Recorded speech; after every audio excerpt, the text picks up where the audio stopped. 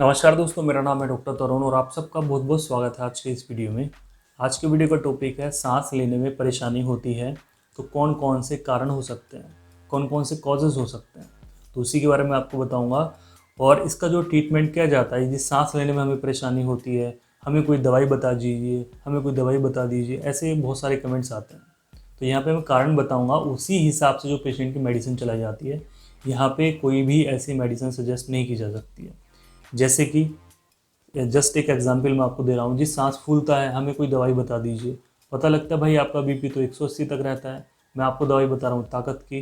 तो ये सारी चीज़ें गड़बड़ होती हैं। तो आप यूट्यूब पे ऐसी चीज़ें मत पूछिए। सामने आप जाएंगे डॉक्टर के, वो सारी जांच करके, आपकी सारी पड़ताल करके ही आपको बताएगा कि आपके अंदर ये प्रॉब्लम है, आपके अंदर वीकनेस है, आपको इस चीज़ से आराम लगेगा। ठीक है, जो चीज़ मैं यहाँ पे समझाना चाह रहा हूँ, आई होप आप समझ रहे होंगे। चलिए डिस्कशन करते हैं क्या क्या इसके कारण होते हैं। तो सबसे पहले देखा जाए, सांस फूलना क्या होता है, डिस्निया क्या होता है, शॉर्टनेस ऑफ ब्रेथ क्या होता है, आप सभी लोग जानते हैं। ठीक है, कि छोटा छोटा सांस आ रहा है, गहरी सांस लेनी पड़ रही है, चल रहे हैं तो सांस फूल रहा है, जीना चढ़ रहे हैं तो सांस फूल रहा है। ठीक है, तो इसमें सबसे पहले कारण आता है कि आपको हाइपरटेंशन हो सकती है। हाइपरटेंशन क्या होता है, हाई ब्लड प्रेशर आपको हो सकता है। 130 140 तक आपकी बॉडी उसको सहन कर रही है, लेकिन इससे ऊपर जाता है तो आपकी हार्ट बीट तेज चलेगी, आप थोड़ा चलेंगे आपका सांस फूलेगा। तो हाइपरटेंशन में भी प्रॉब्लम होती है और हाइपोटेंशन में भी प्रॉब्लम हो सकती है। आपका ब्लड प्रेशर काफ़ी लो है, आपका बीपी जो है केवल 80 और नीचे वाला 50 है, तो भी आपको प्रॉब्लम होगी होगी। यहाँ पे मैं केवल डिस्कशन कर रहा हूँ सांस फूलने के लिए। अगर मैंने आपको बीपी लो बताया है, इतना बीपी बताया है, तो इसके साथ और भी सिम्टम्स होंगे। ऐसा नहीं कि केवल सांस ही फूलेगा आपका, और भी सिम्टम्स होंगे। ठीक है, हर बीमारी में ऐसा होगा। यहाँ पे जस्ट एक लक्षण पकड़ के ही मैं आपको बीमारियाँ बता रहा हूँ।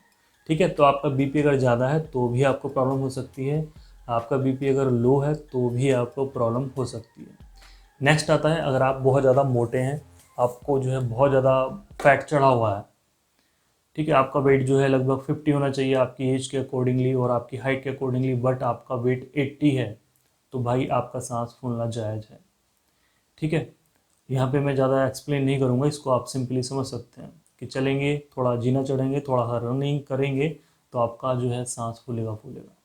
नेक्स्ट आता है दोस्तों, इसके अंदर आपको थायराइड की बीमारी है, हाइपोथायराइडिज्म की बीमारी है या फिर हाइपरथायराइडिज्म की बीमारी है। चाहे आपका TSH बढ़ा हुआ है, T3 T4 बढ़ा हुआ है, कोई भी है, तो थायराइड में भी देखा गया पेशेंट्स का सांस फूलता है। ठीक है, इसके अलावा आता है दोस्तों वीकनेस, कमजोरी। किसी भी बीमारी के बाद आपको जो है कमजोरी रह गई है, आपका वजन पहले 70 किलो था, बीमार हुए, पता लगता है आपका वजन 1 महीने में ही 20 किलो 10 किलो जो है घट चुका है। तो आपकी बॉडी के अंदर क्या सिम्टम्स आएंगे, कमजोरी के साथ साथ आपका सांस भी फूलेगा।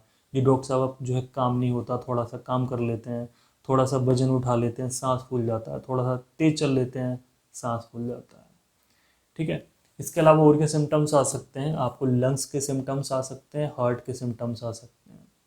लंग्स, लंग्स आप जानते हैं, फेफड़े जो होते हैं, जो कि कोरोना वायरस से इफेक्टेड हो जाते हैं, उसकी जो पावर है वो कम हो जाती है। इस तरह से और भी बीमारियां पहले से ही हैं, जैसे कि ब्रोंकाइटिस मैस हो सकता है। ठीक है, क्रोनिक ब्रोंकाइटिस, एक्यूट ब्रोंकाइटिस, इसमें जो बलगम भरा हुआ है तो वहाँ पे अच्छे से रेस्पिरेशन नहीं हो रहा, सांस फूल रहा है पेशेंट का। और इसी में देखा जाए तो अस्थमेटिक कंडीशन है पेशेंट की, पेशेंट को दमा है तो भाई सांस फूलना फूलना है। पेशेंट को अगर हाई ट्यूबरक्लोसिस वाली प्रॉब्लम है, पेशेंट को अगर टीबी है, लंग्स की टीबी है, पुलमोनरी टीबी है, तो भाई उसका सांस फूलना फूलना है। ठीक है, हार्ट की जो है मैंने आपको 2-3 वीडियोस भी बनाई हुई हैं, तो अगर हार्ट के अंदर कोई प्रॉब्लम है, वॉल्व में प्रॉब्लम है, तो भी पेशेंट का सांस फूलता फूलता है। इसके अलावा और भी कई तरह के कारण हो सकते हैं, लेकिन ये कॉमन कॉजेज हैं। ठीक है, जिनकी वजह से सांस फूलता है। आफ्टर कोविड भी पेशेंटों का बहुत ज़्यादा सांस फूल रहा है, लेकिन वो लंग्स गड़बड़ होने की वजह से है, कमजोरी होने की वजह से है, और भी कुछ कारण हो सकते हैं, लेकिन ये 2 कारण मेन है, तो पेशेंट का सांस फूल रहा है। बात करते हैं रिकवरी की, तो इन सारी जितनी भी बीमारियां हैं, खास करके जो कोविड वगैरह है, इसकी तो रिकवरी आसानी से हो जाती है। लेकिन पेशेंट को अगर लंग्स की कोई और सीवियर डिजीज चली हुई है, कार्सिनोमा ऑफ लंग्स है या फिर कोई हार्ट की ऐसी बीमारी चल रही है, तो उनको ट्रीटमेंट देना काफ़ी मुश्किल होता है। तो ऐसे में आपको क्या करना है, जितने भी अगर आपका सांस फूलता है, यहाँ पे मैंने आपको जो कारण बताए हैं उनके अंदर आपके अंदर उसमें से कारण हो सकते हैं, जैसे कि एक कारण छूट गया, जैसे हीमोग्लोबिन कम होना, बॉडी के अंदर जो है आपका केवल 7 हीमोग्लोबिन है, 6 हीमोग्लोबिन है, 8 हीमोग्लोबिन है, तो भाई आपका सांस फूलेगा फूलेगा, ये वीकनेस के अंदर आता है। ठीक है। इसके अलावा आप जो है आप देख सकते हैं आपको क्या ट्रीटमेंट लेना है। कारण तो मैंने आपको बता दिए हैं। ट्रीटमेंट जो डिसाइड करते हैं वो डॉक्टर डिसाइड करते हैं। यहाँ पे जस्ट एक सजेशन होती है कि आपके अंदर ये प्रॉब्लम हो सकती है। दोस्तों आप पूछते हैं ना कि मेरा सांस फूलता है, हमें कोई मेडिसिन सजेस्ट कर दीजिए, तो मेडिसिन इसीलिए ही सजेस्ट नहीं की जा सकती है। आप जाइए, अपनी जांच करवाइए, डॉक्टर के पास जाएंगे, वो डायग्नोसिस करेंगे कि भाई आपका सांस क्यों क्यों फूल रहा है, उसके हिसाब से वो आपको मेडिसिन देंगे। बीपी कम है तो उसको बढ़ाने की मेडिसिन देंगे, बीपी बढ़ा हुआ है तो उसको कम करने की मेडिसिन देंगे, और आपका सांस फूलना जो है ठीक हो जाएगा। इसके अलावा आप जो है अपनी फ़ैट कम कीजिए। बॉडी के अंदर अगर आपकी बहुत ज़्यादा फैट है या फिर आप जो है अंडर वेट हैं तो आप अपना वजन बढ़ाइए।